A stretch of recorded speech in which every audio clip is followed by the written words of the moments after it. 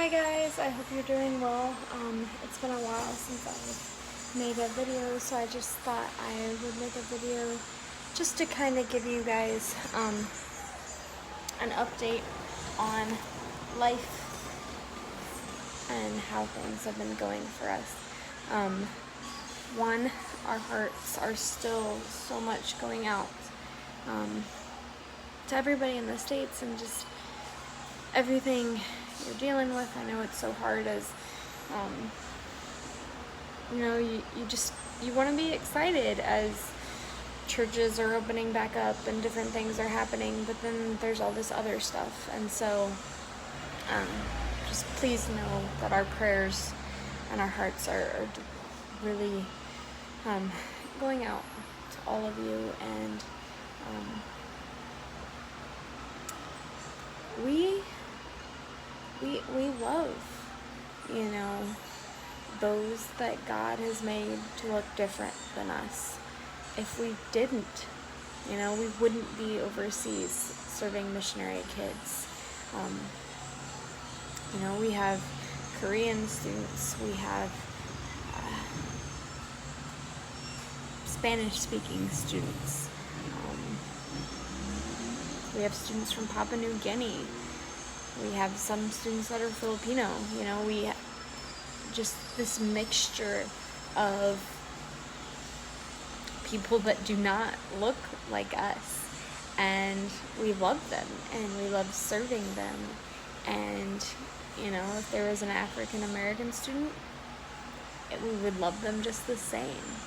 And so I guess the one thing that, with everything that's going on in the United States, it's really brought back to mind for me is one of the things that Filipinos and Koreans and some just other Asian people have struggled with over the years is just this thought that being white is what's beautiful. Being white is what's important. Being white is the ultimate goal. You go to the store here in the Philippines and you buy lotion and there's whitening stuff in it. You buy soap and there's whitening agent in it. And makeup is meant to make you lighter. And it's just, for me, that's a hard thing to understand because, the Bible talks about how God loves all of us and has created all of us in His image and loves all of us. And so for people to sit there and think, well, because I look like this, I'm not beautiful, or because I'm like this, I'm not accepted, like, that's not right. And I want to check my own heart and say, have I said or done anything that makes those people feel like less?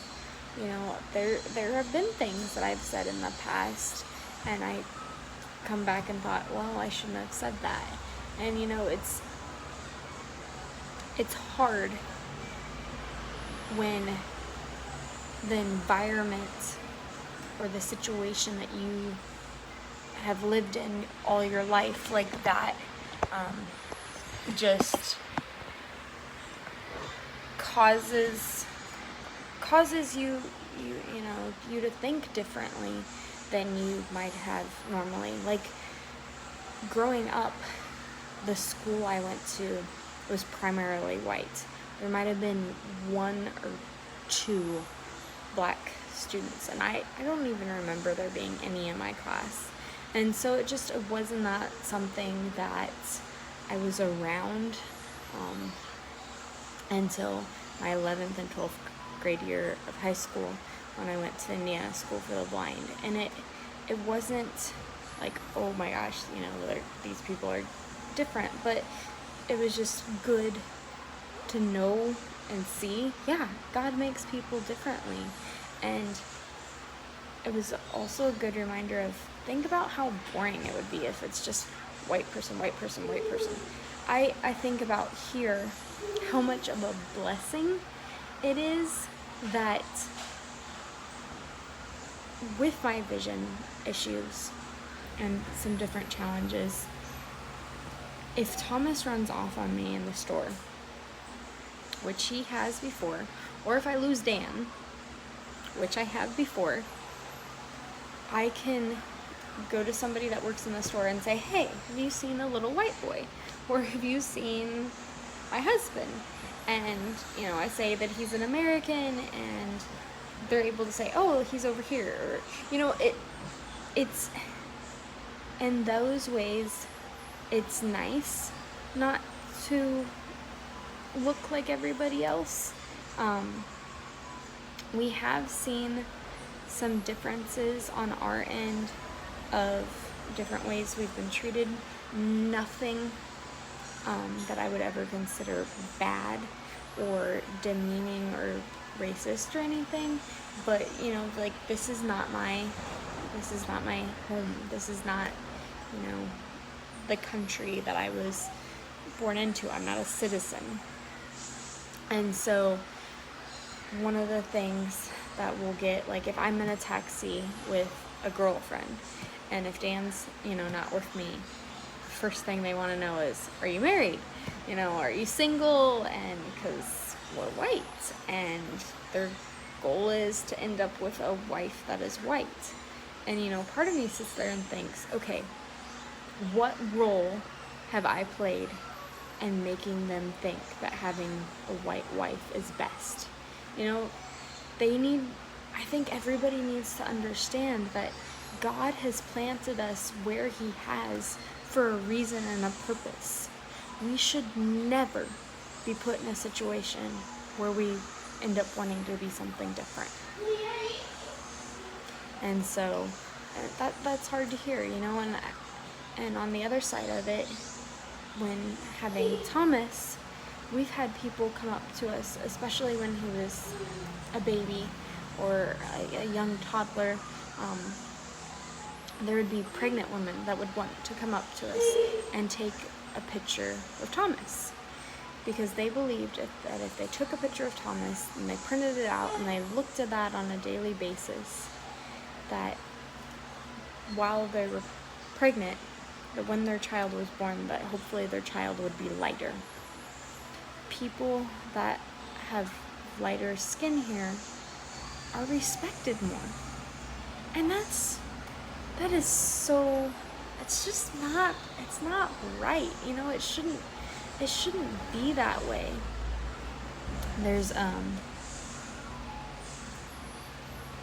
the word for white in Cebuano is puti.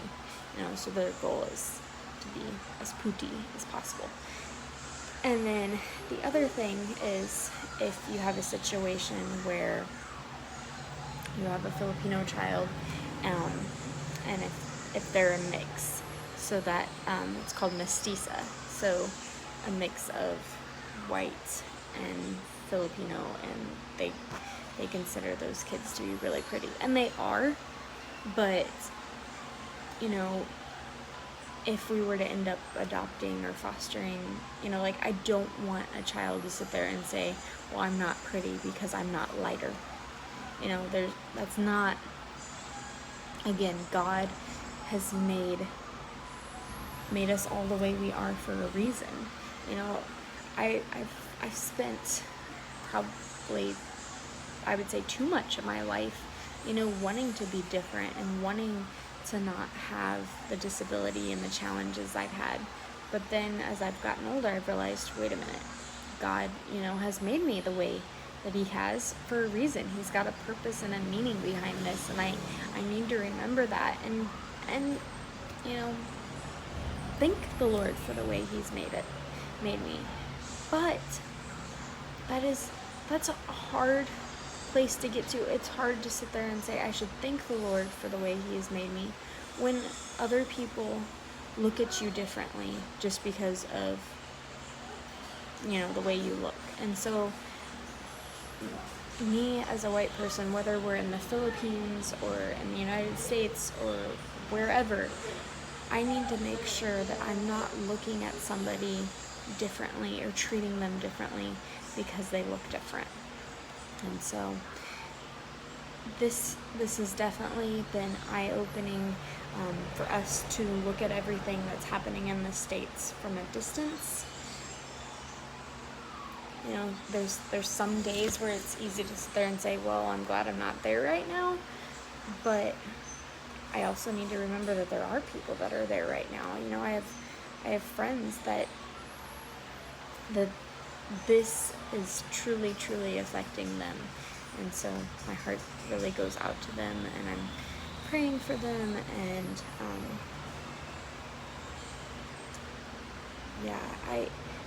you know, there's certain times, like if we go to the open air market, that they'll charge us more because we're American, and you know, being American equals having money. Or you know, we'll go to buy something else, or we'll go to a beach or whatever, and they might charge us more because we're American. Yeah, you know, that might be frustrating at times, but I've got to remember that they're not threatening our lives. You know, they're not harming us, and we're blessed to be treated as nicely as we are, because there are, you know, people that don't receive the same courtesy. So that is it for today's video. I hope you have a great day, and we will talk to you next time. Bye. God bless.